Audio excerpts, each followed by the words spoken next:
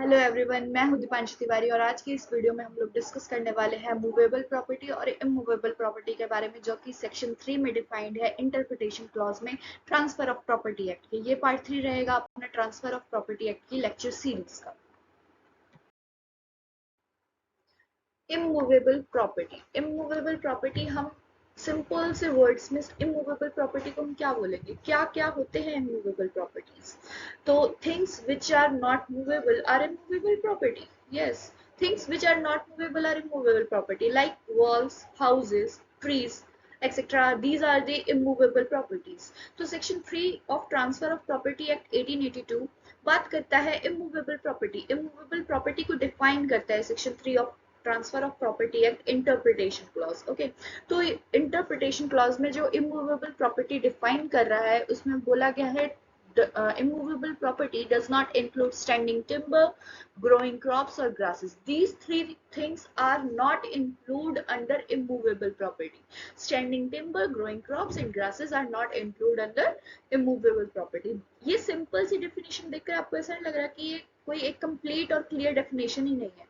ये एक complete clear definition नहीं है। इसको एक कंप्लीट क्लियर डेफिनेशन बनाने के लिए हम हेल्प लेंगे section 4 of general clauses act 1897 की, जो कि बात करता है इमूवेबल प्रॉपर्टी के बारे में। इमूवेबल प्रॉपर्टी को सेक्शन 4 डिफाइन करता है। तो ये कैसे डिफाइन कर रहा है हम देखते हैं। इमूवेबल प्रॉपर्टी इंक्लूड्स लैंड, जमीन इंक्लूड कर रहा है। Benefit arises out of land, जमीन से जो कुछ भी बेनिफिट आ रहा है वो इमूवेबल प्रॉपर्टी होगा। Things attached to the earth, things which are attached to the earth are immovable property. Okay, अब हम इन दो डेफिनेशन को section 3 of transfer of property act and section 4 of general clauses act की definition को मर्ज करके हम ये देखेंगे कि एग्जैक्टली इमूवेबल प्रॉपर्टी क्या क्या इंक्लूड करता है और क्या क्या इसमें एक्सेप्शंस है। ओके, तो immovable properties include land, benefit arises out of land, things attached to the earth. Things attached to the earth के अंदर आता है things embedded in the earth. Things which are embedded in the earth, मतलब embedded का मतलब things which are fixed firmly and deeply in the earth. Okay, second point is things to what, things attached to what is so embedded in the earth. जो भी चीज हमने embedded की है earth के, उससे जो चीज अटैच हो रही है वो immovable property होगी। Okay, third point is things rooted in the earth. Things which are deeply rooted in the earth are immovable property. इसके तीन एक्सेप्शंस हैं। तीन एक्सेप्शंस क्या हैं जो कि हमने section 3 of transfer of property act में पढ़े। Standing timber, growing crops and growing grass, these three are the exceptions of things rooted in the earth. Okay, तो अब हम ये जो पॉइंट्स है, land, benefit arises out of land, things attached to the earth, things embedded in the earth, things attached to what is so embedded in the earth, things rooted in the earth and standing timber, इन सब चीजों के बारे में हम आगे बात करेंगे। Okay, हम बात करेंगे अब लैंड की, जो कि पार्ट है इमूवेबल प्रॉपर्टी का। लैंड का क्या मतलब होता है? लैंड का सिंपल मतलब होता है जमीन। जमीन, ठीक है। तो land is the surface of the earth. Land का, अर्थ का एक सर्फेस है लैंड, ठीक है। It includes anything upon the surface of the land, upon the surface of the land, under the surface of the land and above the surface of the land. These three things are included under the land. Okay, तो इसमें हम एक चीज और देखते हैं, anything upon the land so as long it is not removed from there. अगर कोई चीज लैंड पे पड़ी है और काफी टाइम से, काफी सालों से उसको वहां से नहीं हटाया गया है, तो वो क्या कंसीडर होगी? लैंड का पार्ट कंसीडर होगी और that part will be consider as immovable property. Okay, second point is, first point is complete. Second point is soil और mud deposited in the surface of the earth, क्या उसको immovable property बोला जाएगा? हाँ, बोला जाएगा। जब भी कोई सॉइल और मड डिपॉजिटेड हो जाती है अर्थ के अंदर, deposited on the surface of the earth, वो इमूवेबल प्रॉपर्टी कंसिडर किया जाता है। Same as with water. Water जब कलेक्ट होता है पिट में, लेक में या फिर पॉन्ड में, तो वो इमूवेबल प्रॉपर्टी कंसिडर किया जाएगा। हाँ, बिल्कुल किया जाएगा, क्योंकि वो above the surface of the अर्थ है। वो वाटर जो कलेक्ट हुआ है above the surface of the earth collect हुआ है, above the surface of the land collect हुआ है, इसलिए हम उसको इमूवेबल प्रॉपर्टी कंसिडर करेंगे। जैसे कि जब भी कभी नदी, हम water flowing in the river gives the expression that it is movable. जब भी वाटर बहता है नदी में तो उसको हम देख के बोलते हैं कि ये नहीं, ये मूवेबल है, ये मूवेबल प्रॉपर्टी है। लेकिन it's water always remain on the surface of the earth, वो जो वाटर रहता है उस सरफेस के, अर्थ के सरफेस के ऊपर हमेशा रहता है, तो उसको एक तरीके से इमूवेबल प्रॉपर्टी मानेंगे, उस रिवर को पार्ट ऑफ द अर्थ मानेंगे, और that part of the earth will be consider as immovable property. Fourth point is everything under the surface of the land, जो भी चीज under the surface of the land है उसको consider किया जाएगा immovable property. For example subsoil, mineral, gold mines, coals etcetera. Okay, अब हम पढ़ेंगे benefits to arise out of land. जब भी कुछ बेनिफिट मिलता है हमें लैंड से, क्या वो इमूवेबल प्रॉपर्टी कंसीडर किया जाएगा या नहीं? yes, it will be considered as immovable property। जब भी कोई बेनिफिट हमें एक पर्सन को मिलता है एक लैंड से, तो वो इंटेंजिबल इमूवेबल प्रॉपर्टी कहलाता है, ठीक है। तो उसको, जब वो बेनिफिट उसको मिलता है तो उसके लिए उसे कुछ राइट्स एक्सरसाइज करने पड़ते हैं उस प्रॉपर्टी के ऊपर, तो वो राइट को क्या बोला जाता है? बेनिफिशियल राइट और beneficial interest of that person. Okay, first point is complete. Second point is beneficial interest in a property is called intangible or incorporeal property। जब भी कुछ beneficial interest एक प्रॉपर्टी में एक बंदे का जुड़ा रहता है तो उसको intangible और incorporeal property कहते हैं। तो thus any right which is exercised over a property, जब कोई भी ऐसा right exercise किया जाता है प्रॉपर्टी के ऊपर या किसी भी immovable प्रॉपर्टी के ऊपर, तो अगर वो राइट एक्सरसाइज कर दिया गया हो by the exercise of that right which a person gets certain profit or gain, अगर उस right को exercise करने से उस बंदे को कुछ profit या कुछ gain होता है तो उसको क्या बोला जाएगा? It would be an his intangible immovable property। Third point is right to way on a land, or a right to use a land under a lease or tenancy is a immovable property। Yes, right to right to fishery का मतलब to catch a fish from a pond or a river is also an immovable property। Right to ferry means right to transportation on a river and lakes by boats or steamer ships। Therefore, right to ferry has been held to be an immovable property, because since river or lake water is an immovable property and boats or steamers are used on such water। Okay, so these are the immovable properties। So benefits arises out of land are the immovable property। अब हम बात करेंगे things attach to the अर्थ। जो चीज जमीन से जुड़ी हुई है, जो चीज अर्थ से जुड़ी हुई है, क्या वो इमूवेबल प्रॉपर्टी है? हाँ, वो इमूवेबल प्रॉपर्टी है। The expression things attach to the earth has been defined separately in section 3 of transfer of property act. कैसे डिफाइन किया है? Things embedded in the earth, things attached to what is so embedded in the earth, things which are rooted in the earth। Okay, अब हम बात करेंगे things embedded in the earth के बारे में। Things embedded in the earth का मतलब क्या होता है? Things which are firmly fixed in the earth. Firmly fixed in the earth, कोई भी ऐसी चीज हमने फिक्स कर दी अर्थ के अंदर तो वो बन जाती है the things embedded in the earth. ठीक है, the things which are firmly fixed in the earth and became part of the land, land का पार्ट बन जाती है, are the things embedded in the earth. इसके कुछ एग्जांपल्स हैं, houses, buildings, walls, electricity poles are immovable properties because they are the things which are embedded in the earth. Okay, houses का हम एक एग्जांपल ले लेते हैं कि हाउसेस कैसे थिंग्स एम्बेडेड इन द अर्थ है, वो तो ऊपर होते हैं। तो ये हाउसेस ऐसे थिंग्स एम्बेडेड इन दी अर्थ है क्योंकि हाउसेस तो सरफेस के ऊपर, अपने लैंड के सरफेस के ऊपर एकदम खड़े तो नहीं हो जाते हाउसेस, वॉल्स, है ना। तो उसके नीचे पहले एक हाउस को बनाने के लिए उससे पहले आप लोगों ने देखा होगा नींव डाली जाती है 5-6 फुट गहरी, एक गड्ढा खोदा जाता है, उसके अंदर सरिये डाले जाते हैं, उसके अंदर नींव डाली जाती है, उस नींव के बेसिस पे पूरा होल स्ट्रक्चर हाउस का खड़ा किया जाता है। तो ये इस तरीके से हाउस बन जाता है the thing embedded in the earth. ठीक है, first point is clear. Second point is that walls and houses are not just placed on the surface of the earth। यही पहले वाली बात जो मैंने हाउस का एग्जांपल दिया वही इसमें है कि जो वॉल्स होते हैं और हाउसेस होते हैं उनको अर्थ के ऊपर प्लेस तो नहीं किया जाता, अर्थ के ऊपर रखा तो नहीं जा सकता ना। तो the surface of the earth is dug deep, and thereafter the whole structure is permanently fixed. जो अर्थ का सरफेस रहता है उसके अंदर गड्ढा करके हमें नींव डालनी रहती है, उसके बाद पूरा जो उसका हाउस का स्ट्रक्चर रहता है वो परमानेंटली फिक्स्ड किया जाता है। Third point is where the things are just placed on the earth surface of the earth without any intention to make them the part of the land। अगर मैंने कोई चीज अर्थ के सरफेस के ऊपर रखी लेकिन मेरा कोई इंटेंशन नहीं है कि मैं उसको लैंड का पार्ट बनाना चाहती हूँ, तो अगर मैं उसको लैंड का पार्ट नहीं बनाना चाहती तो वो इमूवेबल प्रॉपर्टी नहीं होगी।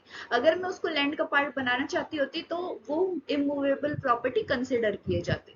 ठीक है, अगर वो इमूवेबल प्रॉपर्टी तब भी नहीं होगी जब वो अपीयर हो रही हो, जब वो दिख भी रही हो कि वो इमूवेबल प्रॉपर्टी और वो फिक्स्ड है वहां पे, लेकिन तब भी हम उसको मूवेबल प्रॉपर्टी ही कंसिडर करेंगे। फॉर एग्जाम्पल हम देख लेते हैं कि heavy things such as anchor, road roller आपने देखा होगा, और हैवी स्टोन्स, अगर मैंने एक जगह अर्थ के सरफेस के ऊपर ये चीजें रख दी लेकिन मेरा कोई इंटेंशन नहीं है कि वो चीज को मैं धसाऊं, ठीक है, लेकिन वो अपने वेट के कारण 2-3 फीट अपने आप ही धसते जा रहे हैं, इसका मतलब ये नहीं है कि वो इमूवेबल प्रॉपर्टी कंसीडर किए जाएंगे, वो मूवेबल प्रॉपर्टी ही कंसीडर किए जाएंगे।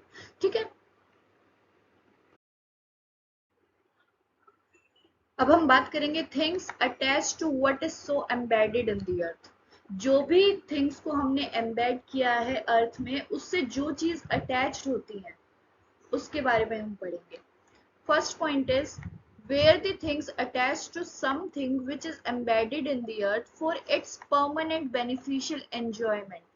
जब जहां कहीं भी अगर हमने देखा कि कोई चीज अटैच है जो एम्बेडेड है अर्थ के, जो भी चीज एम्बेडेड है अर्थ के उससे कोई चीज अटैच्ड है, लाइक हाउस से अटैच्ड है कोई चीज, जैसे एक विंडो हो गया, डोर्स हो गया, फॉर द परमानेंट एंजॉयमेंट के लिए वो चीज फिक्स्ड है, वो चीज अटैच्ड है उससे, तो the things so attached would be become the immovable property. जो थिंग उनसे अटैच्ड है, जो थिंग उस एम्बेडेड थिंग से अटैच्ड है, वो इमूवेबल प्रॉपर्टी कंसिडर किए जाएंगे। Second point is the door window shutters of the house are attach to its walls. Wall से अटैच रहती है फॉर परमानेंट एंजॉयमेंट। जो भी डोर्स विंडोज शटर्स होते हैं हाउस के, वो परमानेंट एंजॉयमेंट के लिए वॉल से अटैच किए जाते हैं। ठीक है, वॉल से अटैच किए जाते हैं, तो therefore the doors windows and shutters are regarded as immovable property, वो इमूवेबल प्रॉपर्टी कंसिडर किए जाएंगे। Third point is accordingly doors or windows are regarded as the part of the house। doors and windows को part house का एक part ही माना जाता है, which is the part of the land। House जो है लैंड का पार्ट है, विंडोज और डोर्स जो है वो हाउस का पार्ट है, हाउस जो है लैंड का पार्ट है। तो it may be noted that things attached must be attached permanently attached होने चाहिए। Second is must also be attached for the beneficial enjoyment for the house and buildings। must be attached for beneficial enjoyment उसका होना चाहिए। ठीक है, fourth point is things attached without an intention to making them part of the house or building without would not be immovable property। मैंने कोई चीज attach कर दी अपने हाउस से या बिल्डिंग से, लेकिन मेरा कोई इंटेंशन नहीं है कि उसको परमानेंट करना है, तो वो इमूवेबल प्रॉपर्टी कंसिडर नहीं किए जाएंगे। फॉर एग्जाम्पल इलेक्ट्रिक बल्ब्स तो हम परमानेंट यूज नहीं कर सकते ना, वो तो कभी ना कभी खराब हो जाएंगे। विंडो स्क्रीन्स ये भी कभी कभी खराब हो जाएंगे। Ornament articles these are the movable properties and they are attach to the walls for not for permanent beneficial enjoyment. These are attach not for permanent beneficial enjoyment. ये टाइम टू टाइम चेंज होते रहेंगे। Okay,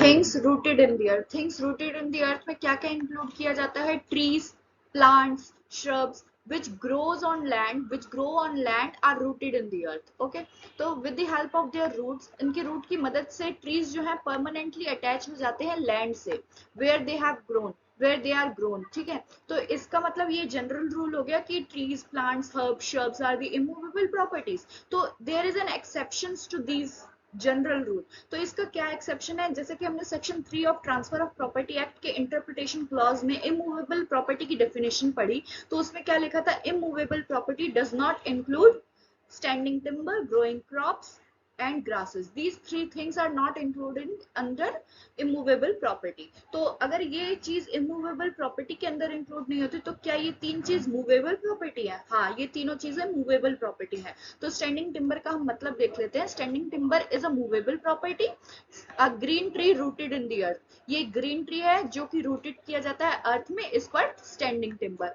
और standing timber is used for the timber purposes, for making household works, household furniture, houses.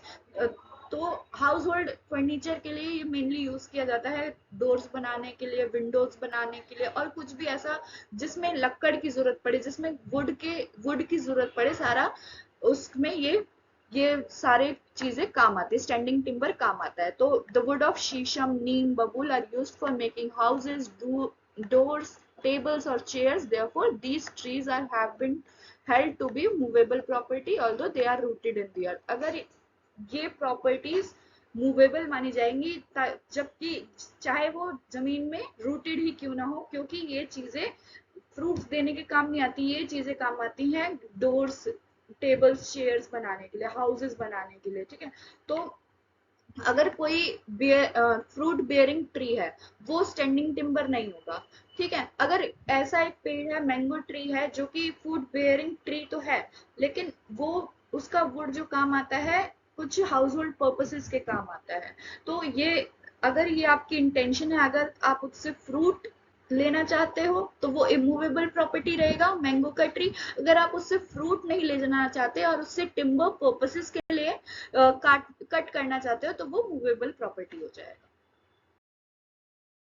अब हम एक case देखेंगे जो कि सुप्रीम कोर्ट का है, Shantibai versus state of Bombay का 1958 का ये केस है। इसमें सुप्रीम कोर्ट ने कहा था कि अगर एक ट्री का ओनर इंटरेस्टेड है उसकी फर्दर वेजिटेटिव ग्रोथ के लिए, तो उसका जो ट्री है वो इमूवेबल प्रॉपर्टी कंसिडर की जाएगी। अगर वो इंटेंडेड नहीं है कि उसका ट्री एक फर्दर वेजिटेटिव ग्रोथ करे, या फिर वो इंटरेस्टेड है कि उसका ट्री जो है कट डाउन कर दिया जाए for timber purposes, then it will be consider as movable property.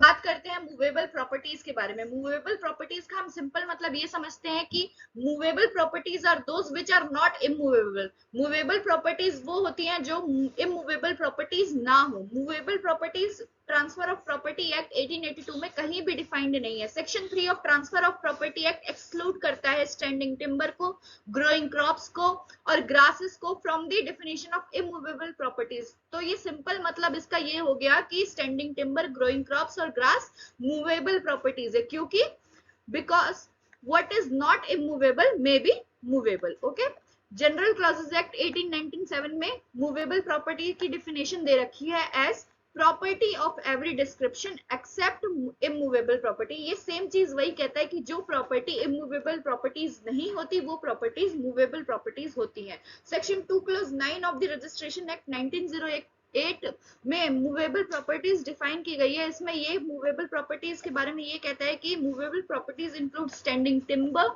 Growing crops, grass, fruits on trees, fruit juices in the fruits on the trees, and the property of every description except immovable properties.